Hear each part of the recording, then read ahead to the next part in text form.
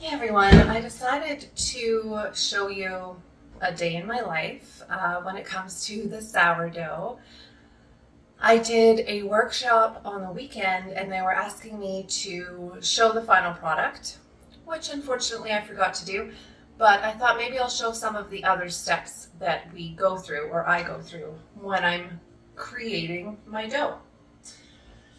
So first, I want to share with you the dough that I created at the sourdough workshop. So this one was in Williams Lake at Fox Mountain Upcycle, a wonderful little store that recycles or upcycles different materials. And when I created this dough, the starter was not really bubbly like you want it. So we had to do it anyway. I explained in my workshop how your starter is really your baby, and it makes the rules basically. So if it's not ready, it's not ready. There's nothing you can really do. You can try to heat it up by proofing it, but generally it's just a matter of time. So we still created a dough, but that was on Saturday and today's Wednesday. So it's been quite a few days and I've been proofing the dough, and still, you can see some bubbles coming up, but it's really not rising the way that you would want it to. So I'm still going to bake it, and if it doesn't turn out very well, then I'll use it as croutons or breadcrumbs and not let it go to waste. This dough I created yesterday, and it was a really bubbly starter. It was like a very nice looking starter. It was very active. And so I used it right at its kind of peak of activity. And this one is actually 3 loaves. So I tripled the batch. So it's much larger. And so I created this yesterday, so not even 24 hours ago. And already you can see that it's quite large. So it's at least risen 50%, which is what we want when we're baking our bread, is for it to rise at least to 50%. Although I will still bake this one that probably only rose to 25%. To get a really nice bread, you want it to at least rise to 50%.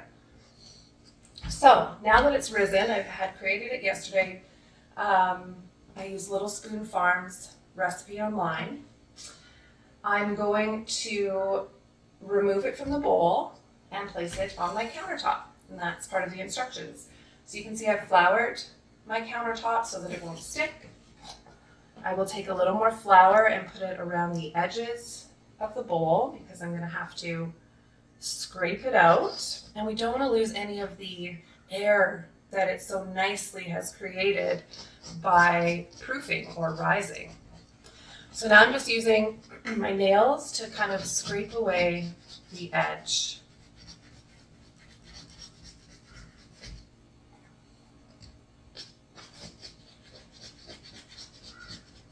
And so slowly working through the bowl.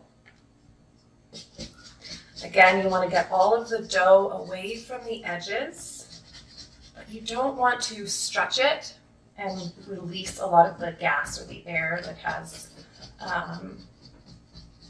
been created inside of the dough. They do have different tools out there that you can use to do this, but I prefer using my hands. I like to really be able to feel what I'm doing. So even as I'm scraping, I'm losing some air. You can see there's like bubbles that are popping up. I don't know if you can see that bubble. And you will lose some, so it is what it is. But you're just doing your best to scrape it away from the edge and pour it out onto your countertop. Now I have a triple batch of dough on my countertop. You want to keep it very dry. Like, you don't want your hands to stick to it. So by dusting it with flour, you'll be able to manage it a little bit more, especially if you see any areas that are kind of shiny. because we don't want to knead this dough. This is a no knead recipe, so I'm just kind of smoothing the flour over the dough. And then around the edges, I can feel kind of sticky spots. Then I'm going to want to break this into 3. So for that, I will use my bench scraper. And I eyeball it. So I want to get 3 equal parts here.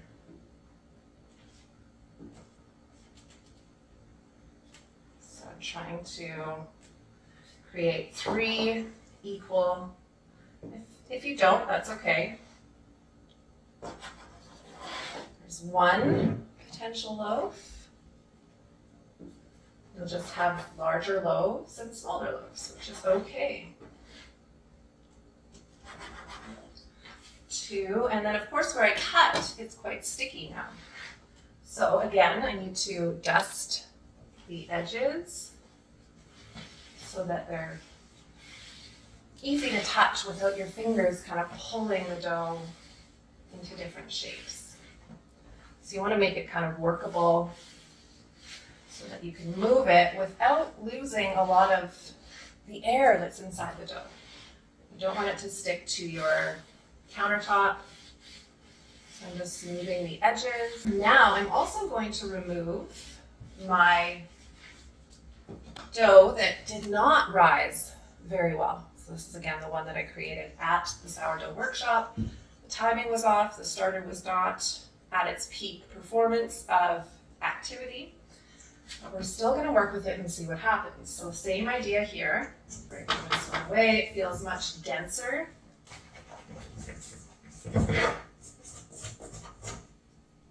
Okay, so this one also is feeling overproofed. Like I said, I created this on Saturday and it's Wednesday, so that's 4 days of it proofing and only rising maybe 25%. So it might not even be manageable. I can see that it's really sticky on the inside, almost gooey, like you could pour it out of a jar kind of thing, like almost like it's going back to what the starter was originally. And if it gets to that point where you can't even work with it, which is almost where this one's at, you have to throw it away. So I'll see if I can get this to, that I can actually manage it with my hands, because that's the key. If you can't, if it's just gonna lift up and goop off through your fingers, then it's unmanageable, so you have to throw it away. So I'd love to hear how the rest of my workshop attendees did with their dough. Of course, you were working with something that wasn't ideal, but it's all a learning experience. And even when we fail, we learn something and you actually grow from it, which makes you a better baker, human, whatever it might be. So this is actually looking like I might be able to manage it. So I'm going to leave it and see. I just dusted it with flour, making sure it can move around. And we want to leave these so that they're spaced apart.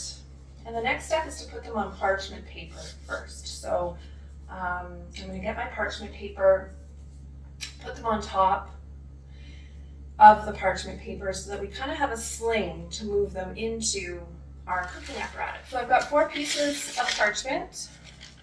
Each one I pulled out and then I cut long ways in half so that I have a sling for the bread. Hopefully they're big enough. So for the first one, I'm going to put the dough that is not very manageable. I need a little more flour just to work with it because it's quite goopy.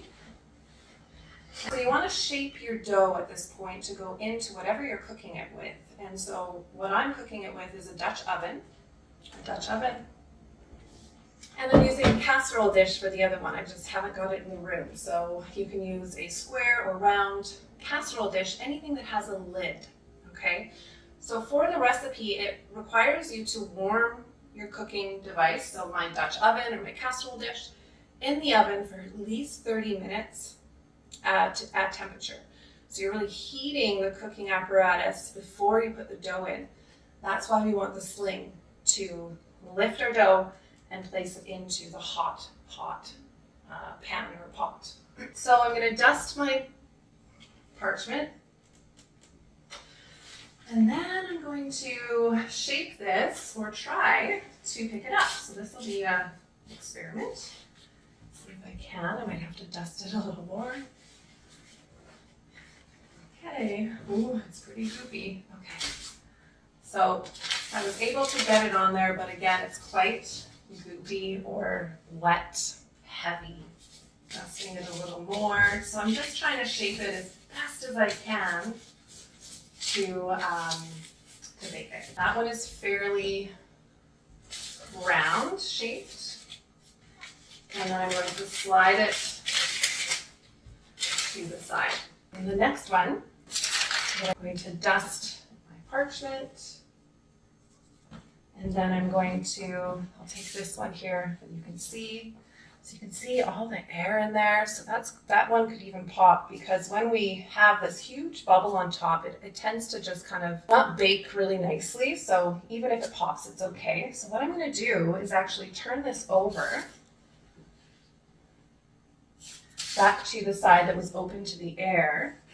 I'm going to tuck the edges under, and I'm going to make this one into a more oblong shape.